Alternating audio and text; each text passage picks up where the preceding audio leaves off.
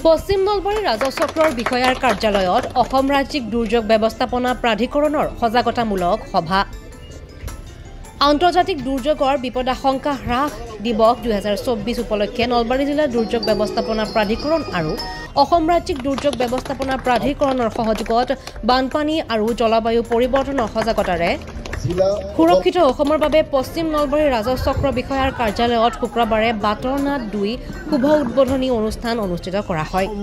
গাঁও প্ৰধান ভৱেশ দত্তই আঁত ধৰা উক্ত অনুষ্ঠানত পশ্চিম নলবাৰী ৰাজচক্ৰৰ চক্ৰ বিষয়া মীনাক্ষী বৰ্মনে উক্ত অনুষ্ঠানটো শুভ উদ্বোধন কৰি অনুষ্ঠানটোৰ উদ্দেশ্য ব্যাখ্যা কৰে।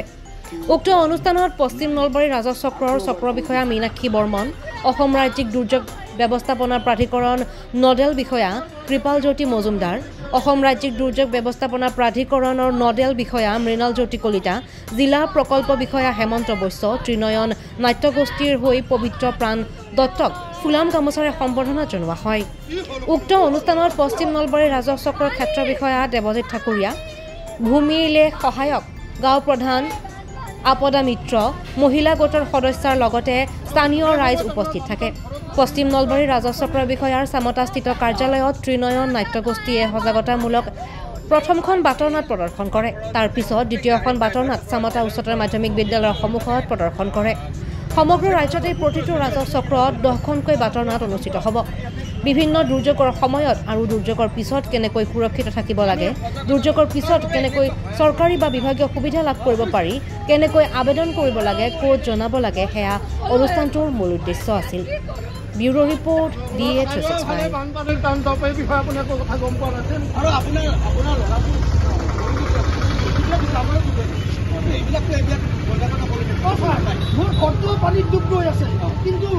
মোৰ পৰিয়ালখিনি সুৰক্ষিত লৈ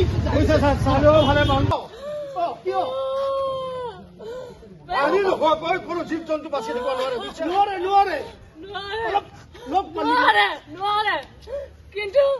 কিন্তু পানীয়ে মাৰিব পাৰে মোৰ ঘৰখন আৰু মোৰ পৰিয়ালটো। এই পানীৰ পানীৰ জুই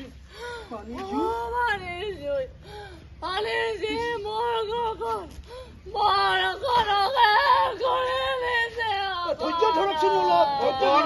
আপোনাৰ অকণ কি হ'ল? গোটেই সমস্যা সমাধান হৈ যাব। অকণ মোৰ একমাত্ৰ 7 বছৰীয়া ল'ৰা, অকণ মোৰ 7 বছৰীয়া ল'ৰা। কি হ'ল আপোনাৰ অকণৰ কওক? পানী শেষৰ 2024 বাটৰ নাটৰ এখন শুভ উদ্বোধনী অনুষ্ঠান হিচাপে আপুনি কি ক'ব? আমাৰ ধৰক আমি অসমত বিভিন্ন দুৰ্যোগৰ সন্মুখীন হৈ থাকোঁতো মাজে মাজে।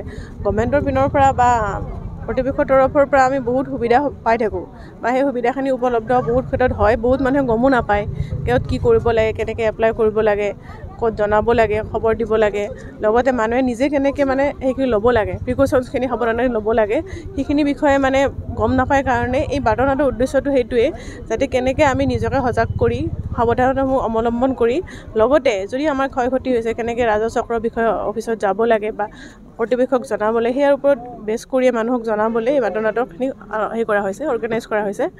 আশা ৰাখিছোঁ আমাৰ ৰাইজৰ পৰা সঁহাৰি পাম আৰু মানুহে ইয়াৰ দ্বাৰা উপকৃত হ'ব আৰু